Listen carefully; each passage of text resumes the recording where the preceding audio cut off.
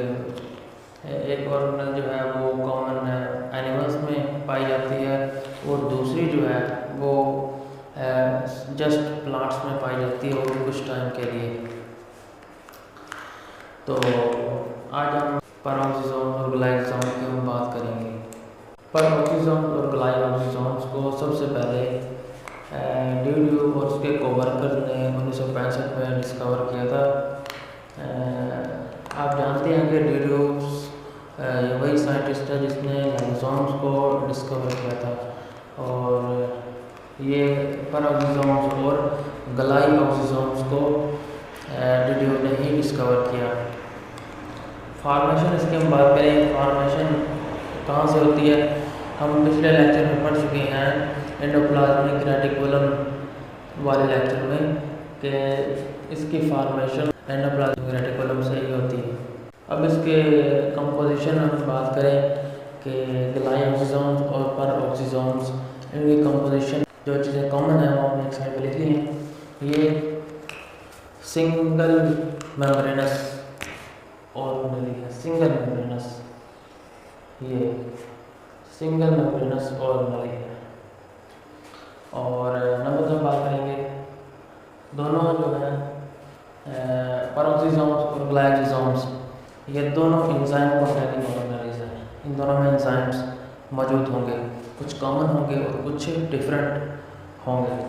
Number 3 में हम बात करते हैं कि दोनों को माइक्रोबॉडीज़ कहते हैं। माइक्रोबॉडीज़, ये दोनों माइक्रोबॉडीज़ जो हैं वो एंडोप्लाज्मिक रेटिकुलम से डिराइव होती हैं।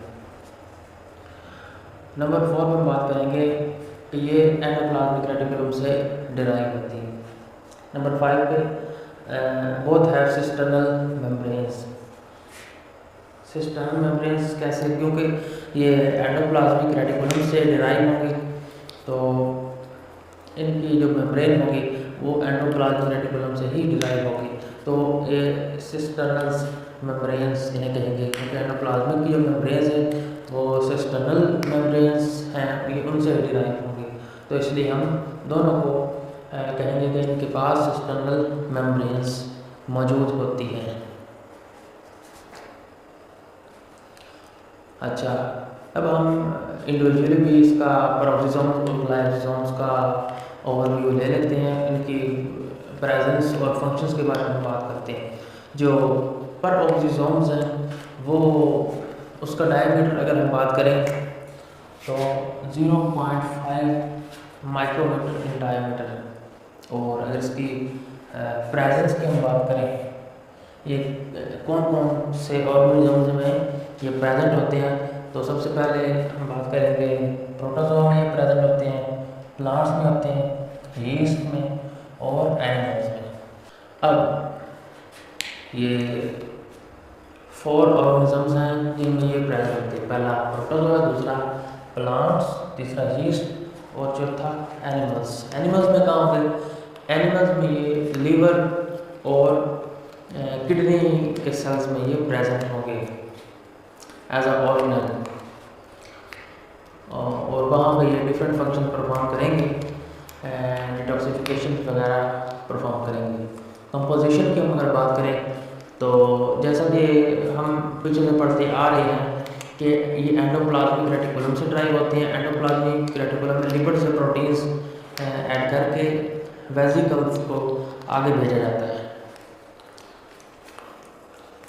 इसमें कंपोजिशन में नंबर 1 पे प्रोटीन्स हैं, दूसरा लिपिड्स हैं इसमें, और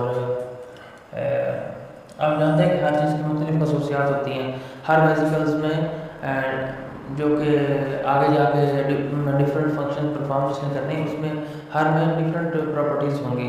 जैसे पैरोक्सिसोम में डिफरेंट प्रॉपर्टीज़ है, ग्लाइसोम में डिफरेंट प्रॉपर्टीज़ है। यहाँ तक तो सब सेम है, प्रोटीन्स और लिपिड्स ये दोनों सेम है। अब एंजाइम में अगर हम बात करें ये डिफरेंट होंगे, इसमें ऑक्सीडेसिस होंगे, नंबर 2 पे यहाँ कैटालिसिस होंगे, नंबर 3 पे पैरोक्सीडेसिस होंगे, और नंबर 4 पे ग्लाइकोलिक एसिड ऑक्सीडेसिस होंगे। ऑक्सीडेसिस, कैटालिसिस, ग्लाइकोलिक एसिड ऑक्सीडेसिस और पर ऑक्सीडेजेस इनमें पाए जाते हैं। अब हम इनके फंक्शन के बारे में बात करते हैं। ये सेल्स के अंदर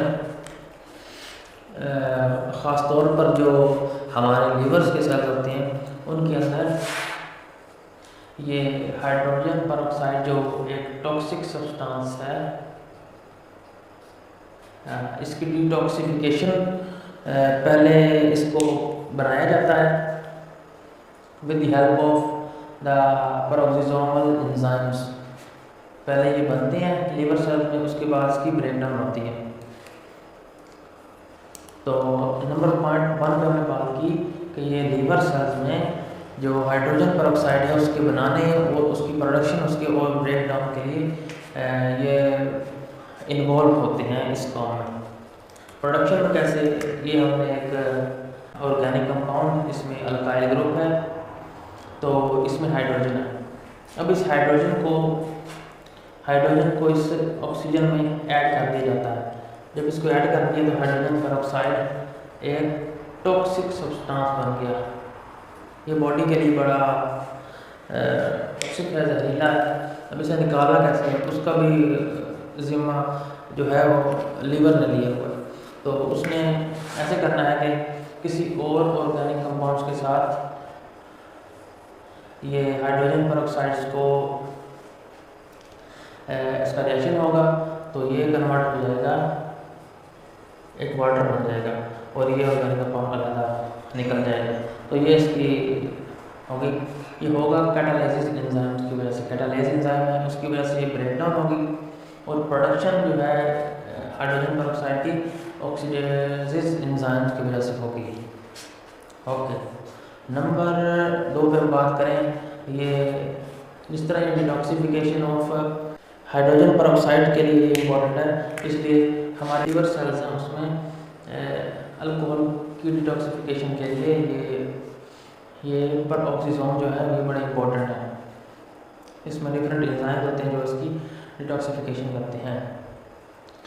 नंबर 3 पे हम बात करें, ये फोटो रेस्पिरेशन में इन्वॉल्व होता है। ये कन्वर्ट करता है ग्लाइकोलेट को ग्लाइसिन के अंदर। अब फोटो रेस्पिरेशन क्या होती है? फोटो मतलब है कि लाइट और रेस्पिरेशन, रिस्पायर करना। लाइट दिन के वक्त बाज़ जो फोटोसिंथेसिस है वो रुक जाती है और जो लाइट की मौजूदगी में रिस्पायरेशन होती है, हम उसे कहते हैं फोटो रिस्पायरेशन। तो ये उस रिएक्शंस में ग्लाइकोलेट को ग्लाइसिन में कन्वर्ट करता है। परऑक्सीसोम की हमने ये बात कर ली, उसके डिफरेंट फंक्शन भी हमने देखे। अब ग्लाइऑक्सीसोम की हम बात करेंगे। ग्लाइऑक्सीसोम जो है वो प्लांट्स के अंदर मौजूद होता है, सिर्फ और सिर्फ प्लांट्स के अंदर होता है और ये ख़ास वक्त पे होता है कि जब कोई नया जर्मिनेटिंग सीड जब जर्मिनेट कर रहा होता है, नया जो सीड है वो जर्मिनेट कर रहा है, उसकी सीडलिंग में ऐसे प्लांट्स जो लिपिड रिच हो, जिनके अंदर लिपिड की हाई क्वांटिटी हो, जिन सीड्स के अंदर, तो वो उनमें पेरेंट्स आ जाते हैं, कैस्टर आ जाता है और सोयाबीन वगैरह और सनफ्लावर वगैरह इसमें आ जाते हैं। तो इन प्लांट्स के सीड में ये ग्लाइऑक्सीसोम्स जो हैं ऑर्गेनेल्स जो हैं वो प्रेजेंट होते हैं। अब इसकी हम कंपोजिशन की बात कर रहे हैं। जैसे कि हमने परऑक्सीसोम में हमने बात की कि इनमें प्रोटीन्स, लिपिड्स और एंजाइम होते हैं। सेम उसी तरह इसमें भी प्रोटीन्स, लिपिड्स और एंजाइम्स होंगे, लेकिन इनमें एंजाइम जो हैं कैटालिसिस होंगे और ग्लाइकोलिक एसिड ऑक्सीडेज होंगे। ये दोनों इसके कॉमन एंजाइम्स हैं। यहाँ भी हमने पढ़ी है कैटालेस और ग्लाइकोलिक एसिड ऑक्सीडेज। यहाँ कैटालेस और ग्लाइकोलिक एसिड ऑक्सीडेज ये दोनों कॉमन एंजाइम इसके हैं। ये इसमें भी होंगे और इसमें भी मौजूद होंगे। अब इसके फंक्शन की हम बात कर लें तो जैसा कि हमने बात की कि ये प्लांट्स के अंदर कुछ वक्त के लिए होती हैं, जब कोई नया बीज जो ग्रो कर रहा होता है, तो इसका रीज़न क्या है कि ये, अब हम बात करेंगे कि नया बीज जो ग्रो कर रहा है, तो प्लांट्स के अंदर जो नया सीड है वो तो अभी जर्मिनेट करने लगा है, उसके अंदर फोटोसिंथेसिस तो नहीं हो रही। तो ये क्या करता है, ये जो पर ग्लाइकोलाइसोम है ये कन्वर्ट कर देता है जो इसके फैटी एसिड होते हैं, हमने बात की कि ये लिपिड रिच सीड्स के अंदर ये ग्लाइकोलाइसोम मौजूद है। तो ये कन्वर्ट करेगा फैटी एसिड को कार्बोहाइड्रेट्स में। हमने पढ़ा था पिछले लेक्चर में कि ये जो कार्बोहाइड्रेट्स ये शुगर्स वगैरह होती हैं, इन्हें ये फैटी एसिड जो है, फैटी एसिड्स को ये जो ग्लाइकोलाइसोम है वे कन्वर्ट करता है शुगर्स में। अब जब तक फोटोसिंथेसिस का अमल शुरू नहीं होगा, शुगर्स नहीं बनेगी, तो ये जो नया बीज जो ग्रो कर रहा है वो इन जो शुगर्स जो फैटी एसिड्स हमने पढ़ा था कि इनमें फैटी एसिड जो होते हैं इनमें हाई एनर्जी मॉलिक्यूल्स होते हैं। तो इनकी जो एनर्जी होगी वो शुगर्स में कन्वर्ट होगी। शुगर्स फिर ये जो नया जर्मिनेटिंग सीड है ये इस्तेमाल करके अपना ग्रो करेगा तब तक जब तक इसके अंदर फोटोसिंथेसिस शुरू नहीं हो जाती। Everything we were don't make us who we are.